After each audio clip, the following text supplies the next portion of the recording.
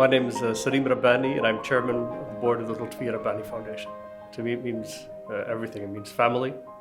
It means linking two parts of the world that are very close to me and that are part of me. It means helping individuals develop and grow, and helping them not only for their personal development and growth, but also to bring both parts of the world closer together. It means caring. My father came to the Netherlands in the mid-50s on a scholarship, and he started, he was a student at the University of Delft, started his business out of his dorm room at the university. And after about 20 years, the business was developing well, and he decided he'd like to do something back, help others the way someone helped him.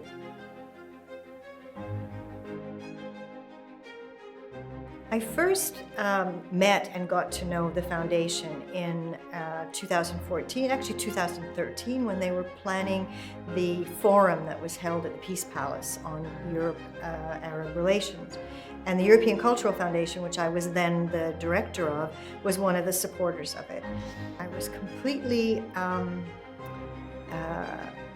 amazed and overwhelmed with the richness of the network that the foundation had, and the depth of conviction to the work that they've got, and also that how that plays out so much in supporting young people, in supporting young academics, and building and facilitating bridges to be built between people and ideologies as well. My name is Ala Minawi.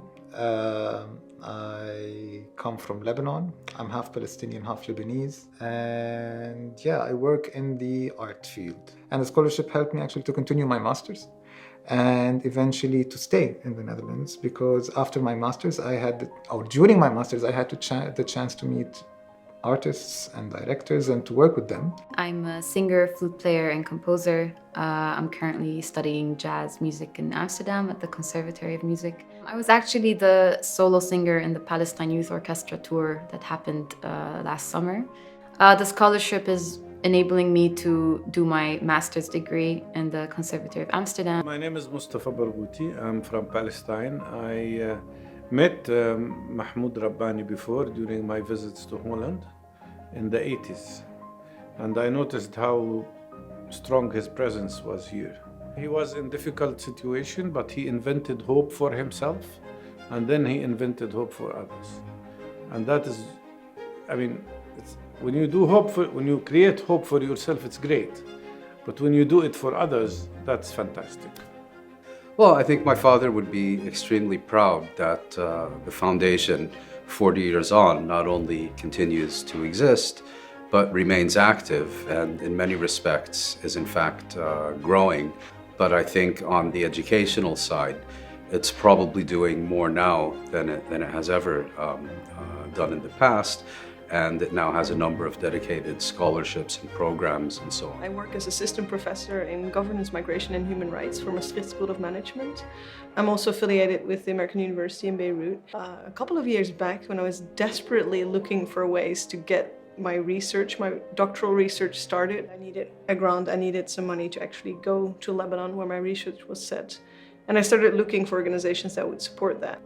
What the Lutfia Rabbani Foundation did for me was really a catalyst. It was a starting point of putting me on the path that I wanted to be as a scholar. Suddenly, I had this letter from Lutfia Rabbani Foundation signed by UNET saying, we are willing to support you and to pay your tuition fees at Delft University of Technology. I never forget that day, and I still can remember when I was holding that letter in my hands, reading that statement. The way students are trained in the Netherlands, it's not about memorizing things, it's about training you to think differently, to approach problems differently. And this is why I thought my mission in life is trying to bring this experience back to the region, whether in Jordan, in UAE, in Palestine, in Egypt, wherever I had done my work. My name is Josette Dijkhuizen. I'm an honorary professor in entrepreneurship development, but more importantly, I'm an entrepreneur myself and the founder of Women for Women. And I know the Rabbani Foundation since 2015, while I was participating in the Europe-Arab dialogue. And what impressed me most was the diversity of people sitting at the table. So it was really, all stakeholders were there. So it was a dialogue with people from science, from the academic fields, from the governments, from the business side, from the universities. So it was extremely diverse. And that's the only way of really having a dialogue with all stakeholders involved. Working for the foundation, it's really become a close-knit family, working together with a common purpose. And we have been able to give more than just the academic studies. We have provided them with a network, we have provided them access, we have provided them also a fallback position in case they didn't know the answer to questions being raised in their home country. Yeah, but I think that the thing that I'm most proud of is that we're active with the support of our friends, of our team, of our board, and that we're able to support individuals, and that 40 years later, we're still here and we're developing and we're growing and we're doing what we're set up to do. That's the thing I'm most proud of.